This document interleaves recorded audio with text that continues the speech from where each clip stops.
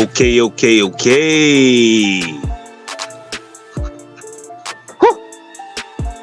Cosmic Mind UV is where they need to be. Salute to all my new subscribers. Please share. Please like. Please subscribe. Please donate, support, etc. Y'all know what it is. Y'all enjoy the beat. It's on repeat. I'm gonna go share, and yeah, we're gonna get straight to it. We're gonna get to it.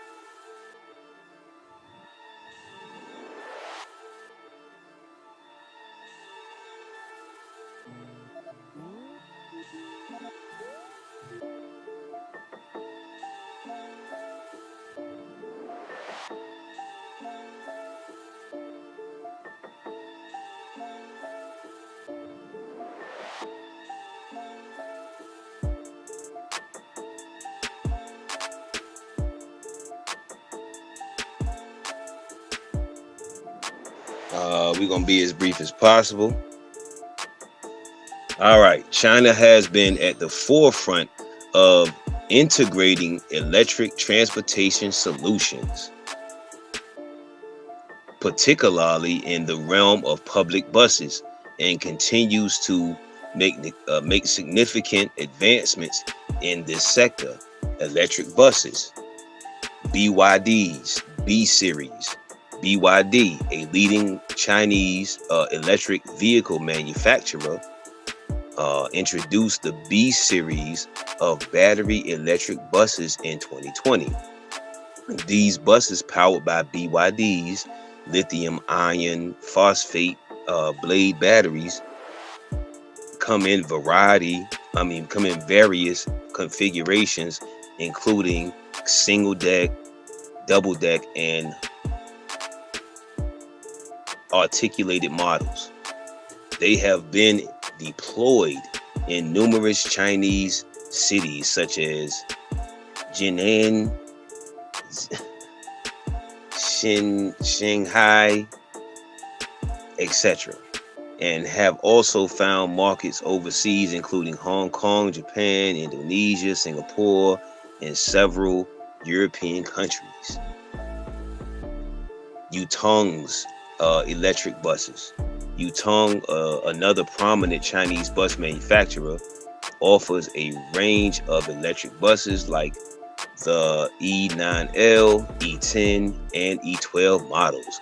The company has also ventured into autonomous bus technology with public trials of its 10-seat 2.0 autonomous bus commencing in cities such as, various cities in China. Autonomous transportation developments. Baidu's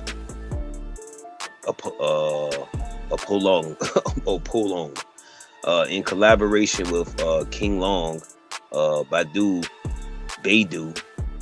developed a Oblong, a driverless vehicle that began mass production in 2017. This level 4 autonomous bus, capable of carrying 14 passengers, operates without a steering wheel, accelerator, or brake, and utilizes Baidu's Apollo 3.0 open source driving platform. The Apolong, Apolong,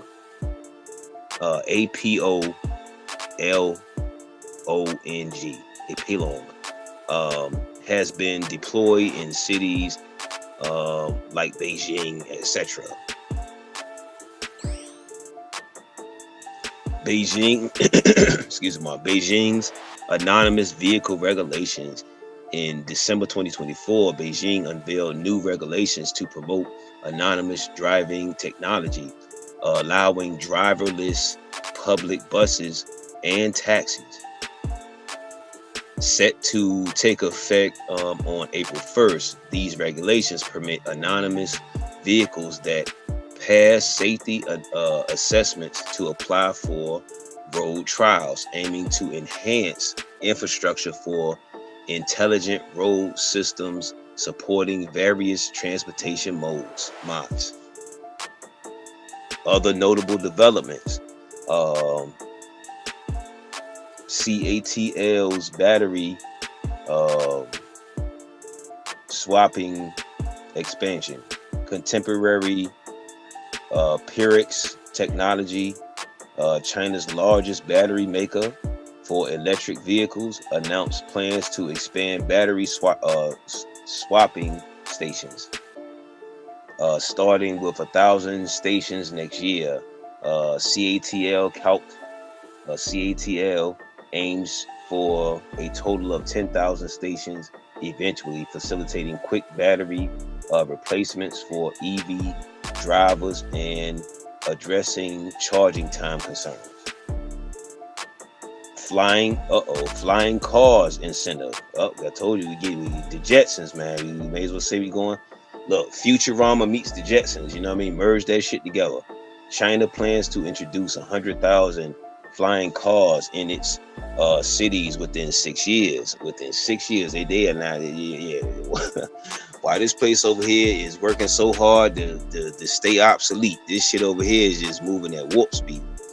But aiming to revolutionize urban transportation with electric vertical takeoff and landing vehicles, EVOLTs, EVTOLS. These vehicles are envisioned to serve as family cars, taxis, and delivery vans, with infrastructure development and mass production anticipated by 2026. These incentives underscore China's commitment to advancing electric and autonomous transportation technologies, positioning the country as a leader in sustainable and innovative mobility solutions. Give me a second, y'all.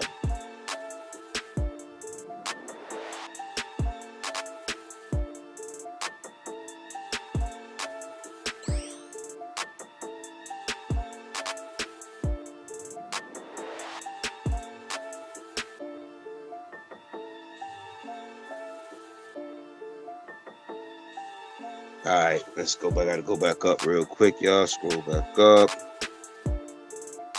Okay, let's see what we got. That's the flying cars by 2026.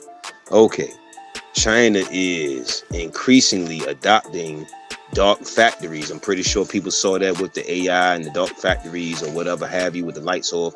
Also known, quote unquote, dark factories, adopting dark factories, also known as quote unquote lights out manufacturing facilities, which operate with minimal to no human intervention.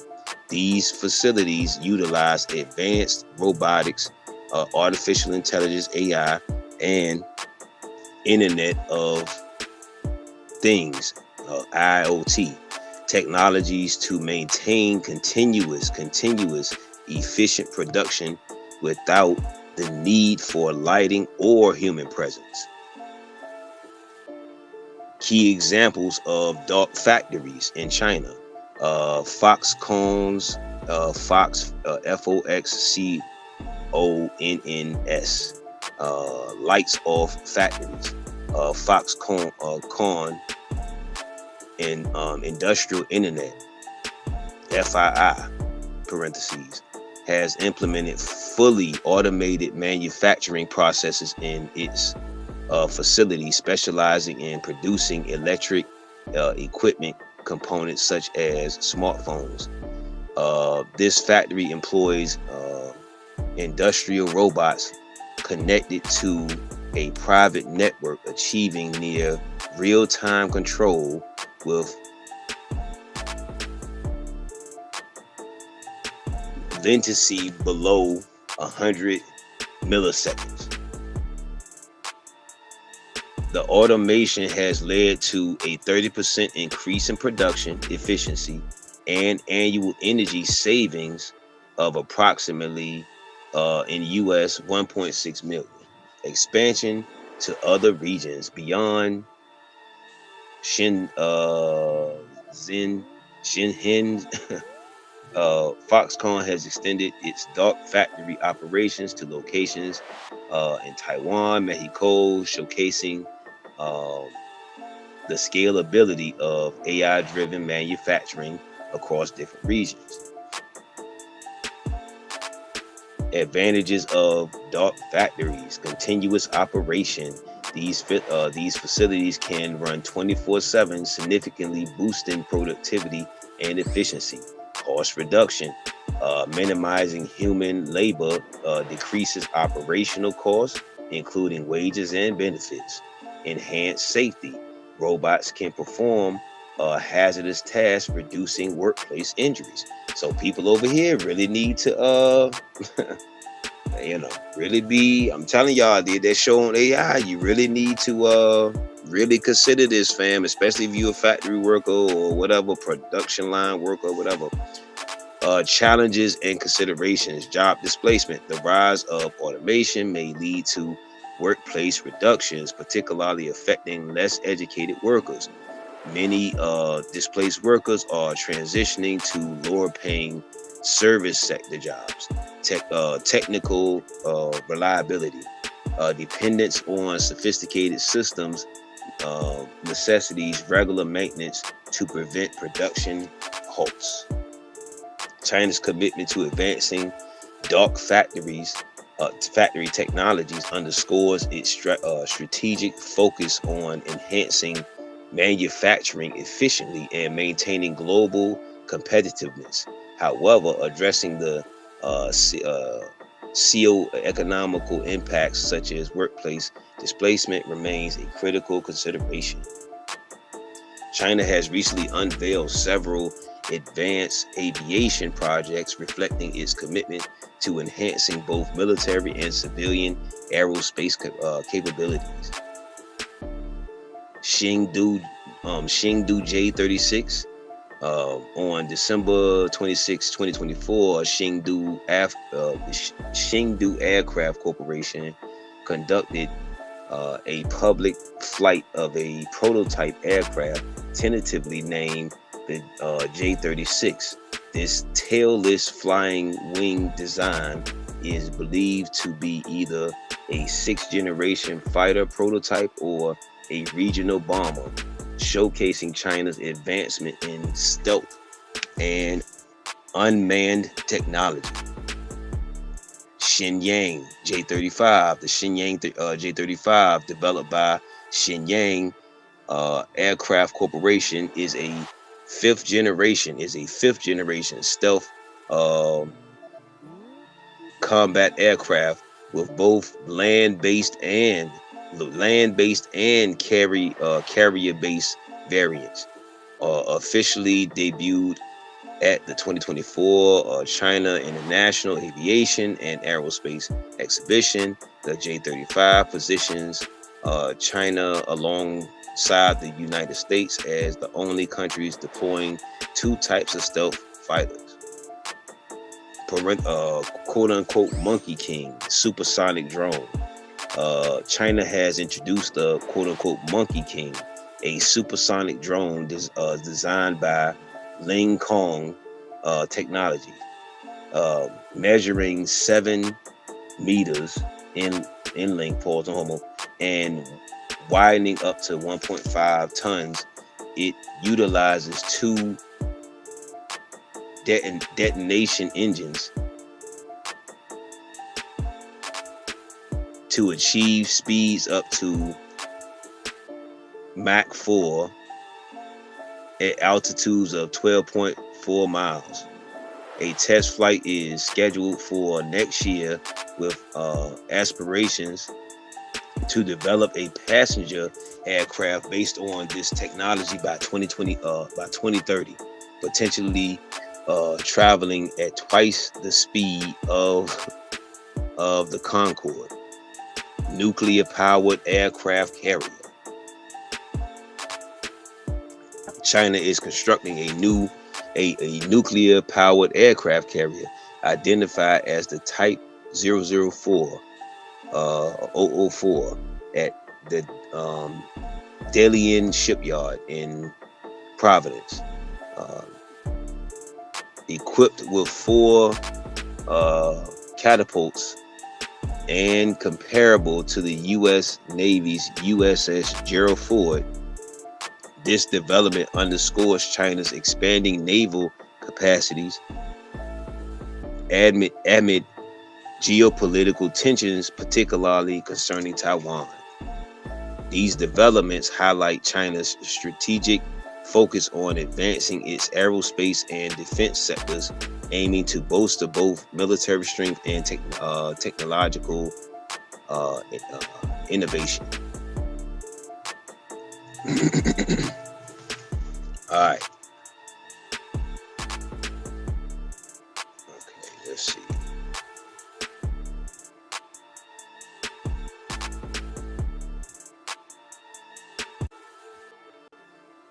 Okay, U.S. and future outlook. Expect increased defense spending, particularly in AI-driven military applications, and hypersonic weapons. More government incentives for clean energy, aiming to match China's lead in EVs and battery production. Stronger trade restrictions on China tech, e.g., chip bans to slow China's AI and semiconductor advancements. In short, China's new technologies are pushing the U.S. to innovate faster, strengthen allies, and rethink its military strategy to maintain its global influence. The United States wants to maintain a partnership with China for several key reasons, despite their ongoing geopolitical and economic rivalry. The relationship is complex, balancing cooperation with competition, and here's why the U.S. is keen on keeping China as a partner: economic interdependence. Trade and market access. China is the U.S. third largest trading partner, with over 575 billion, plus a lot of the debt that China owns also from the U.S. In goods traded in 2023. Many American companies, including Apple, Tesla, etc., rely on China's massive market and manufacturing capabilities. A complete economic decoupling would hurt both economies. Supply chain stability. China dominates global supply chains in electronics, paralegals.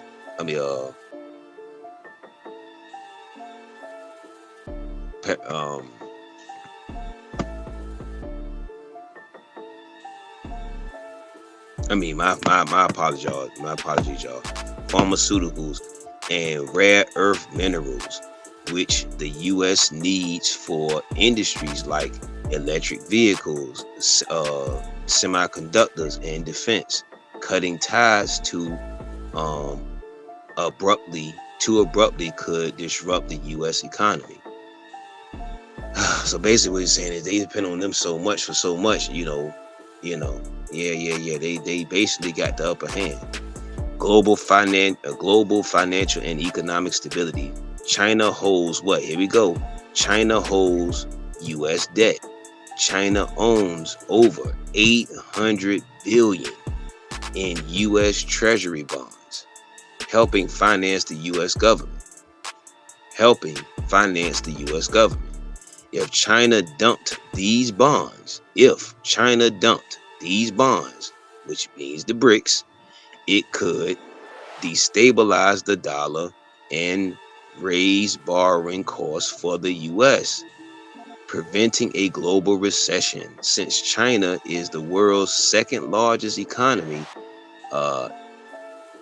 economic instability there can have ripple effects worldwide, including on Wall Street and global stock markets. The U.S. benefits from a stable Chinese economy. So that's what I'm saying. Who really run this shit over here? That's what I be saying. Like, oh man. Well, how do they just come here and get businesses? How can they just come here and, get their Chinese food stores and buffets?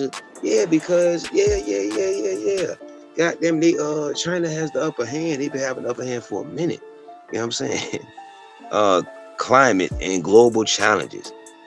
Climate change cooperation.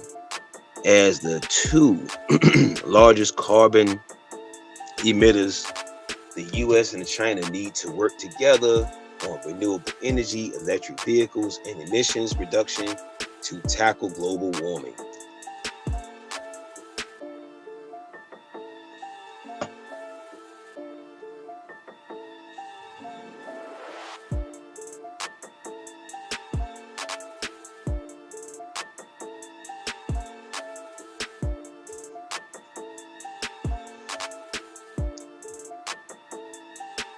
Let me see.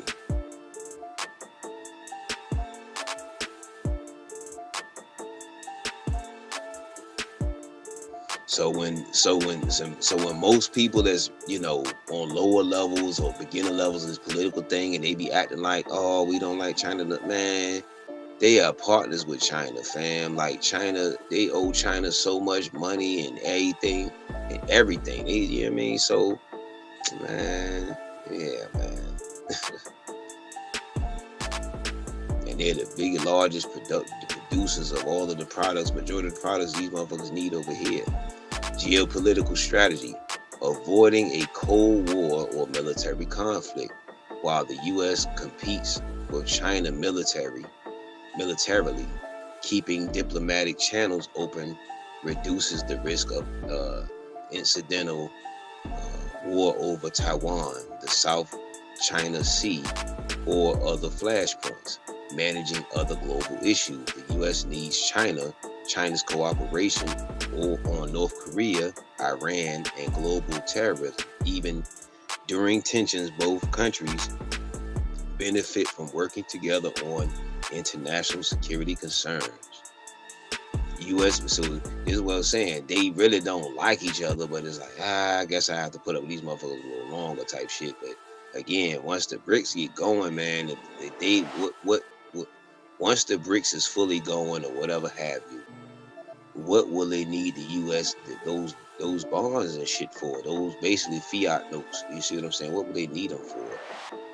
They aren't able to turn it into the U.S. and be like, yo, we need some gold for this type shit. U.S. Business and investment interests.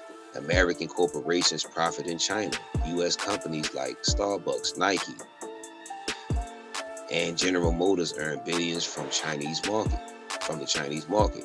Losing access would be a major financial blow to these firms.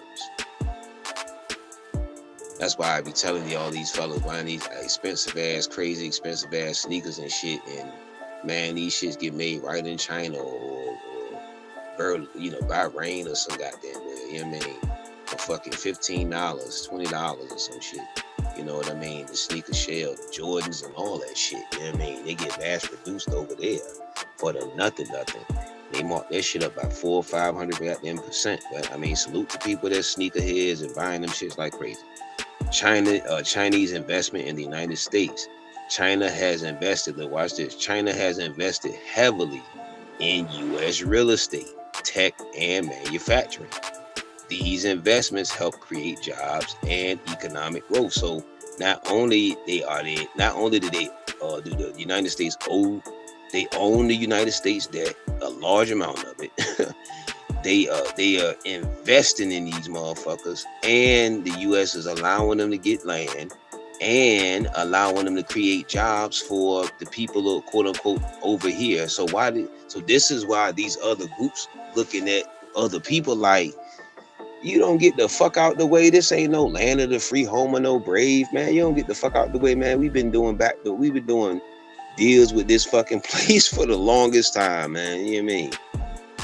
The U.S. balancing act. The U.S. wants to contain China's global influence while still benefiting economically. This is why it enforces trade restrictions on China tech, TikTok bans, semiconductor sanctions, etc., but still engages in trade. So they want to hold them back while still benefiting off them. That is just, man. Yeah, that sounds about right. Climate discussions and diplomacy. It's a competition, quote unquote, competition without complete confrontation strategy. Both countries need each other, but neither want to be overly dependent on each other.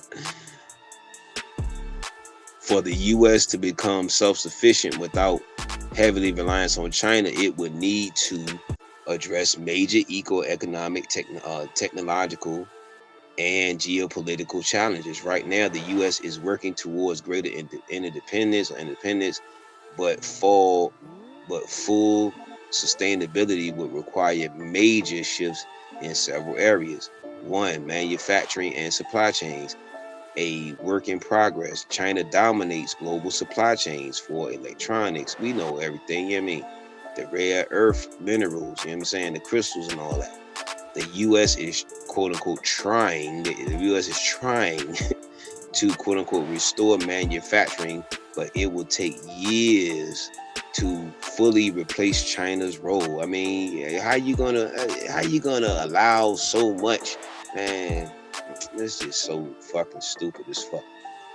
The CHIPS Act, 2022, invested billions in U.S. semiconductor production, but China still controls much of the supply chain. You see what I'm saying? So they supplying shit for you. You know what I mean? While people over here, or the beings of people over here, having difficulty finding fucking competitive jobs and shit. And this goes back to them owing so many people so much fucking money that they just really a $2, $3 whore. You just gotta just find and create some shit to give. They really ain't worth shit, but they just taking it type shit. Made it because they just want to slowly take over this land mass. Duh, you feel me? Made in America incentives aim to boost domestic production, but labor costs are higher. Made in America incentives. That means to make something here, start your small business, get your da-da-da-da-da going. Aim to boost domestic production, but labor costs are much higher, making it hard to compete. Energy independent, strong, but still needs China. The U.S. is a leading energy producer, oil, gas, and renewables. But, however, solar panels, battery storage, and UVs depend on Chinese materials. Rare earth minerals, parentheses, used in military tech, EVs, and electronics, are mostly processed in China. The U.S. is trying to secure these from allies like Australia and ramp up domestic mining. I mean, how do you let somebody take over control of something? Now you want the shit back now. Because now you realize how stupid it was, how stupid you've been. Technology and AI leadership still ahead, but China is gaining. The U.S. leads in AI, biotech, and software, but China is advancing rapidly in AI, automation, and 5G. Tech sanctions on China, parentheses, blocking semiconductor sales, which means that's what's slowing them down. They would have been surpassed the goddamn states if they haven't been doing sanctions. And oh man, this is something else, man. It's like you having a business partner, but they doing shit to hold you back and fuck you over. But y'all supposed to be business partners. It's something, man. This is how some relationships are. It's something. A lot of relationships are meant to slow China's AI growth while boosting U.S. dominance. It's just you just prolonging the inevitable. U.S. firms like Apple, Tesla, Microsoft still rely on China for production, making a clean break difficult. Trade and economy challenging without China. China is the U.S. third largest trade partner. A total decoupling could increase costs for U.S. consumers, electronics, clothes, medicine, etc. Oh man. Now who's the real pimp? Like who's really the pimp out here, man? All right. Some companies are shifting production to Mexico, Vietnam, and India, but China's scale and infrastructure are unmatched. Military and global influence can be self-sufficient. The U.S. military-industrial complex is independent, but still uses some foreign components. Without China, the U.S. would rely on allies, Japan, EU, India, etc., to counterbalance China's growing influence. Verdict: can the U.S. be fully self-sustainable? But, however, not in short term.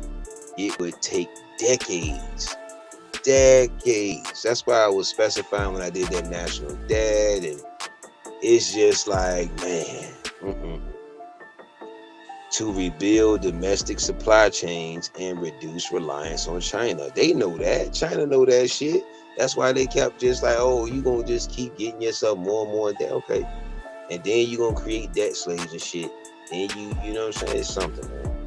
It's moving toward more independence, but a complete break would increase costs, slow growth, and require deep economic restructuring. The best strategy: reduce reliance on China strategically while strengthening trade with allies Mexico, India, Europe. Bottom line: the US can survive without China, but not easily. A gradual transition is more realistic than complete self-sustainability overnight.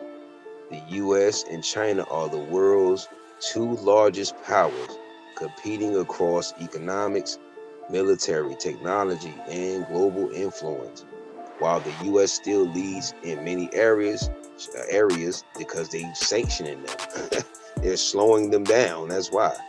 China has rapidly closed the gap. Here's how they compare. Economic: who's stronger?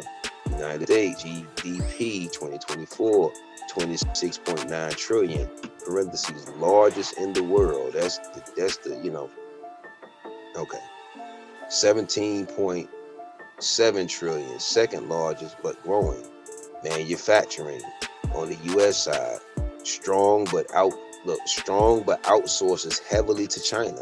China, world's number one manufacturing power. Debt to GDP. Debt to GDP. 100. This US side. 120% high due to government borrowing. And then on China side, 77% lower, but hidden debts exist. Trade surplus deficit.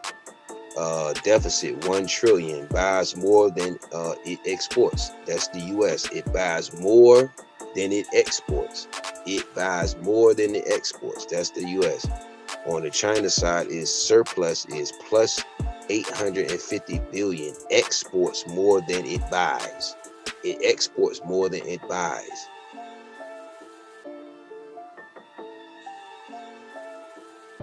Who's leading? The US has a stronger economy overall, but China is catching up, especially in manufacturing, trade, and exports.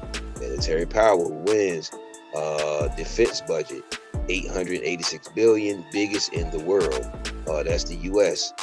224 billion is second largest but growing fast. That's China. Aircraft carriers, 11 nuclear power. China, that's the US. China, 3, 1 under construction. Nuclear weapons, 428 warheads. In China, 500 plus, growing arsenal. Global bases, over 750 bases worldwide. Few overseas bases as far as China side, but growing in Africa and Asia. Who leads? Who's ahead? The U.S. has global military dominance, but China is rapidly modernizing, especially in the South China Sea and Taiwan region. Technology innovation, AI and semiconductors. The U.S. lead in AI, Google, semiconductor production, NVIDIA, Intel. China, fastest growing AI chip production, still behind. Quantum computing, IBM, Google leading. China investing heavily, may surpass US in 5 to 10 years. 5G and telecom. US behind China in 5G rollout. Huawei leads the world in 5G infrastructure, somewhere in China. HUAWEI. EV and batteries. Tesla dominates but depends on China's materials. So that's rhetorical as fuck. Number one in electric vehicles and battery tech. Who leads? The US leads in AI and advanced computing, but China is ahead in 5G, electric vehicles, and industrial production. Global alliance: US, NATO, G7, Pacific allies, China, South Korea, Australia. China has BRICS. It has Brazil, Russia, India, China, South Africa, etc. Soft power, culture, and media. Hollywood, you know who that is. Hollywood, music, tech, global, Google, Apple, etc. China invests in Africa, Asia, but struggles with Western soft power. Trade agreements. USMCA, Mexico, Canada, partnerships. China Belt and Road Incentive, trillions in infrastructure deals worldwide. Who leads? U.S. is stronger allies, global influence, but China is expanding the economic power in Africa, Latin America, and Asia. Future outlook 2050. Who will dominate? The U.S. will remain a military and technology leader, but its economy faces debt challenges and internal political divisions. China will likely become the world's largest economy, but struggles with demographics, aging population, and over-reliance on exports. The global future will likely be bipolar, U.S. and China competing without one fully dominating. Final verdict. The U.S. leads in military AI global influence. China dominates manufacturing, EVs, and trade. Both will compete, but neither can fully replace the other. China has introduced several incentives and technology aimed at environmental sustainability. Sponge cities. China has adapted the quote-unquote sponge city model to enhance urban food management and water conservation.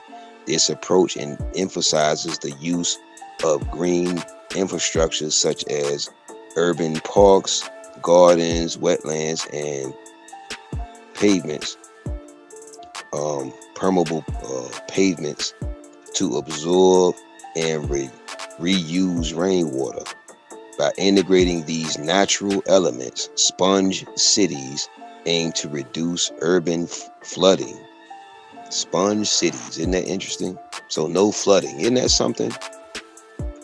So how many areas, or where are you at? I'm pretty sure you got some stupid ass major flooding, huh? This sponge city sounds like a great idea, huh?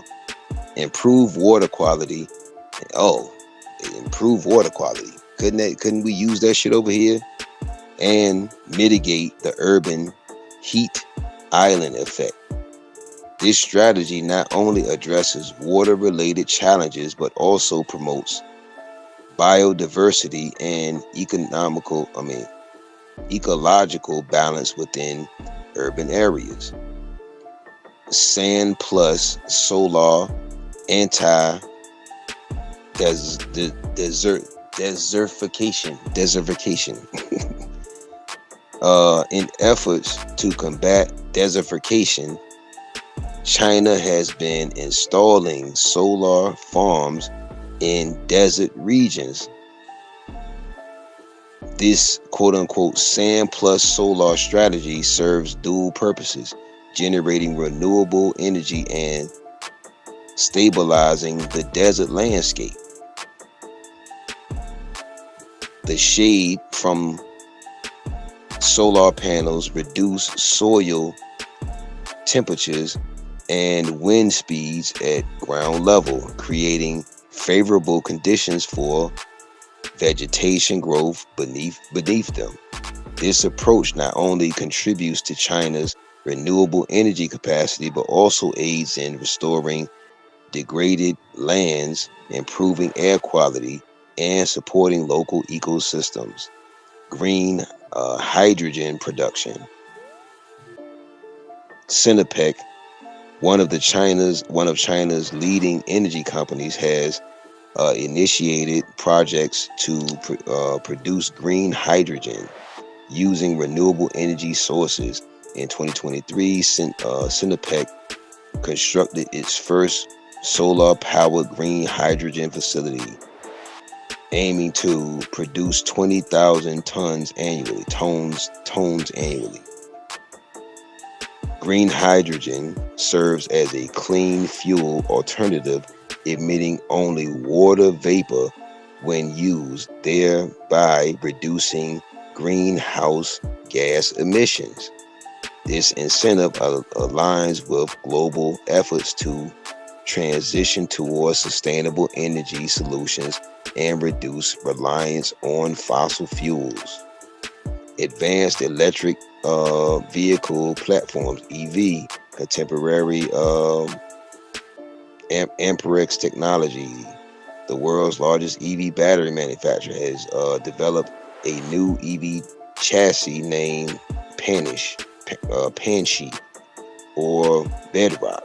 This platform boasts high safety standards and can cover approximately 1,000 kilometers on a single charge. By reducing vehicle production time and cost, this innovation encourages the adoption of electric vehicles, contributing to lower carbon emissions in the transportation sector. High-speed trains.